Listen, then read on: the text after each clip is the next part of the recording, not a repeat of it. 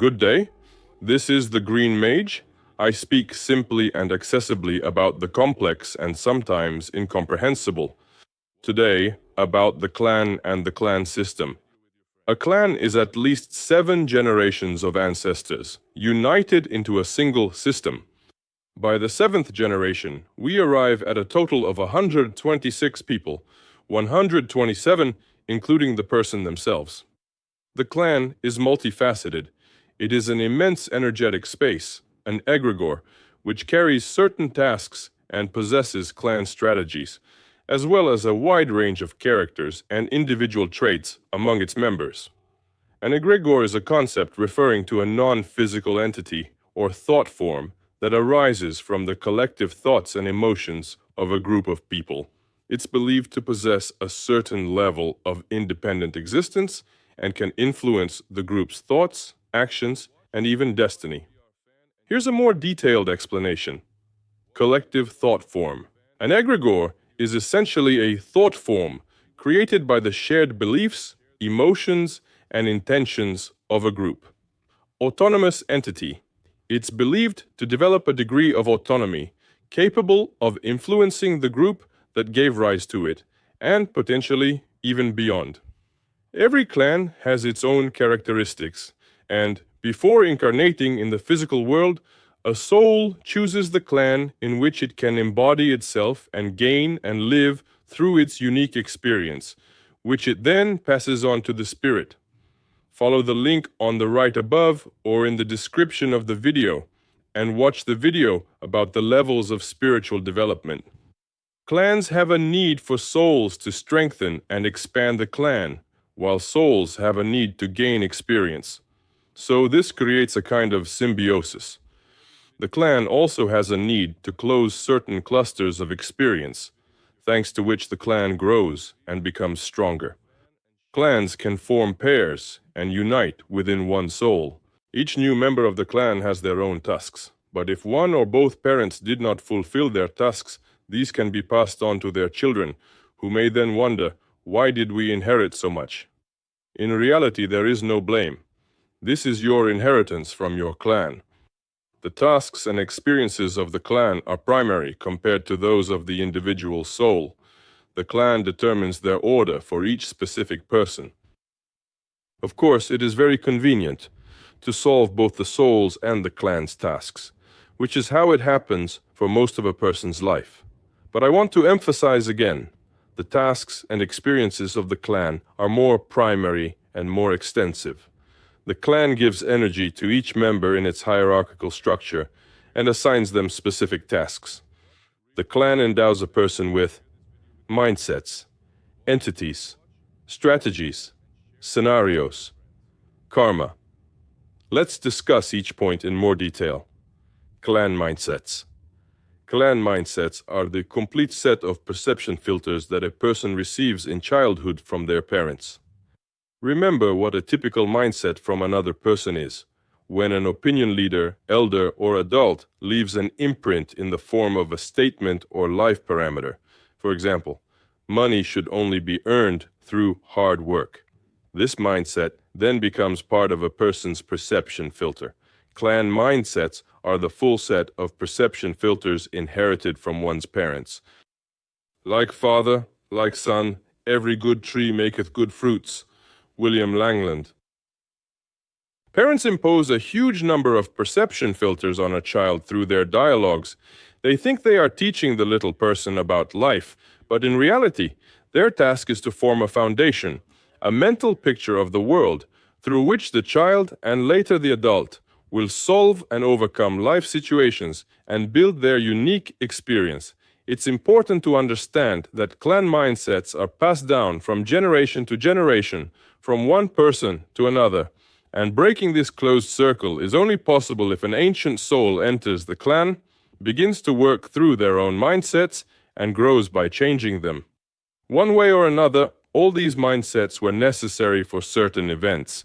They are like a set of training machines for strengthening your personality, so that the soul can work through as many events and experiences as possible. Clan entities. They help a person realize themselves in society, express strong emotions, or perform extraordinary actions. Entities are inhabitants of the subtle astral plane, possessing emotions, energy, and consciousness. We will talk about entities in more detail later in the following videos. Stay tuned. To pass down to younger generations the necessary attitudes for the clan, an entity may be used to help experience the required emotions and states, especially if a person's own emotional body is not sufficient for realizing what the clan needs. For example, it is often impossible to rationally explain a child's behavior, a nervous breakdown, a tantrum, or an unusual reaction in certain circumstances. After such situations, the person themselves may not remember what they did or how they acted. The clan not only assigns tasks, but also helps. A person might feel uncomfortable with the involvement of an entity at certain moments, but this is the influence of the clan, and it is very powerful. In this case, the entity will disappear as soon as its job is done. Clan strategies. Strategies are patterns of behavior that a person unconsciously displays when interacting with loved ones, at work, within the family, etc. These are essentially behavioral obligations imposed by the clan, distinguishing a person from others. Children resemble their parents not only in their way of thinking, but above all, in their behavior. Behavior within the clan is a tool for the clan's survival. Such behaviors were established in times when a person either had to survive on their own or attack others, in both cases, to ensure survival. For example, one member of the clan needed to pay off a debt, but due to a chain of circumstances was unable to do so, and as a result ended up in a disadvantaged, essentially enslaved position until the debt was compensated. This experience formed an attitude that any obligations must be fulfilled or settled in advance, because a week or two before the due date, this person would be overcome by fear, panic, or even threats to their health.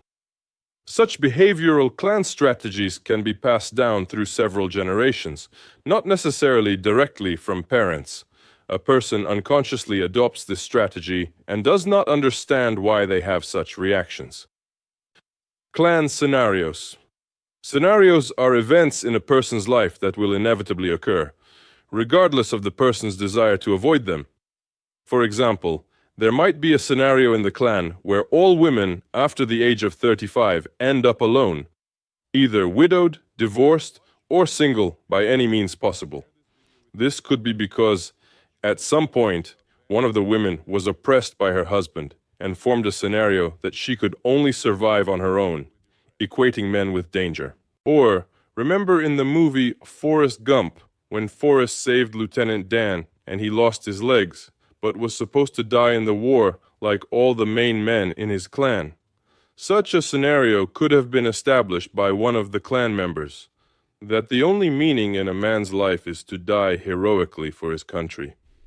It is very important to know your clan, to talk with your parents and relatives, to refresh your memory about their biographies and significant moments in their lives. You need to understand how people lived, what values they formed, what they cherished, and what were the necessary conditions for survival. Based on this information, you can identify scenarios that cannot be avoided and work through them to achieve the outcome you want. Clan karma. These are unresolved tasks of the clan that were not completed by one or more clan members. For example, if one member of the clan was addicted to alcohol or drugs for a short time, then seemed to recover, either miraculously or with forced help, and returned to a sober life, as a result, the necessary soul experience was not fully gained. This addiction or tendency can be passed on to another clan member, who will then go through the required experience. Once they overcome it, the clan karma is considered resolved. Clan system. This includes all members of the clan as well as everyone in their environment who made a significant contribution to a person's life. Parents, teachers, friends, rescuers, doctors, etc. The clan system does not give energy. It is simply an interaction of souls, people, and overlapping perspectives. It leaves its imprint on clan members and gives them individual characteristics and uniqueness. Next, I will talk about the laws of the clan, and you can find the video about the laws of the universe on the link right above or in the description of the video. Laws of the clan, law of belonging, law of hierarchy, law of flow, law of balance. There are many more laws, but they all, in one way or another, stem from one another. Law of belonging. Every member of the clan has their own place and belongs to the clan. It is impossible to replace, forget, or exclude a member from their place in the clan, no matter how bad their actions may have been. You can try to leave your family, but it is impossible to leave your clan. The energy of the clan is passed from elders to younger members. Clan energy will affect a person one way or another, even if due to various circumstances they live with other parents or are separated from the clan in some other way. One way or another, you will remain in your place and will be a conduit for clan energy from top to bottom, and the same will be true for your children. Law of hierarchy. The one who entered the system earlier has precedence over those who joined later. This does not mean that they are better. It means that they must be respected. Elders are the foundation of the clan. Do not think that something here is unfairly arranged. You too will become an elder who is respected by default. The law of hierarchy is the law of generational succession and the transfer of experience and energy from elders to younger members. Whoever came first stands higher and is the primary source for those who come after. Their experience and contribution are more significant. The elder may not share, and the younger may not know what lessons or clusters of experience the elder has gone through, but their entire journey must be respected and honored. It is important to remember that this person, the elder, gave you life and must be thanked. From the law of hierarchy follows the next law. Law of energy. Energy flows downward from ancestors, not the other way around. The main task of a child is to pass energy on to their own child, not to return energy back up. We always remain children to our parents and will never become parents to them. We may try, but this comes at a price. For example, imagine a woman aged 40-45 who has a mother of 65 and a child of 10. The child requires a lot of attention for their upbringing, but the mother pulls all the attention to herself and demands most of her daughter's time. Several years go by. The woman's health begins to deteriorate. Her energy fades. She starts to look older than her age, all because she has effectively become a mother to her own mother. In other words, a grandmother. This violation of the law of energy causes the woman to age instead of flourishing in her golden years. If she is 40-45, how old should the grandmother be? At least 80. And at that age, very few people have robust health. And by actually being an 80-year-old grandmother, performing that role for years, it is natural and inevitable that she will continue to lose her health. Her mother feels good. She starts to feel like a child again, but the cost is her daughter's health and a lack of energy to pass on to her own child. All our strength should be directed downward to our children. From above, we should only receive. Upward, we should give gratitude, respect, and warmth, but never in excess of attention or effort. That is reserved for our own children. Law of balance. The law of balance teaches us that when receiving, we should give back a little more than we received. One person takes, then returns a bit more, thus encouraging their partner to also give a little more. A family can be whole, as a family and as part of the clan, only if one spouse first receives energy and then gives back more, increasing the family's overall capacity and setting a positive progression for the growth of energy and opportunities. If one partner only takes energy and does not give back, or gives less than they received, and especially if both partners only take, They set a negative progression for the accumulation of energetic capacity, and such a union is doomed to fall apart. Complaints about who did what and why so little was done, grievances against each other, all this creates tension and discomfort in the relationship. Such a family will break up. It's only a matter of time. Therefore, the key to a happy family is the ease with which both sides give energy. Just give more than you receive, without complaints or reproaches or keeping score of who did what. Direct all your efforts to increasing your family's overall capacity for energy, and your family will thrive in the long run. Each person will feel fulfilled, strong, and loved. Understand each other in your family and in your clan, support each other, and be happy. See you in the next video.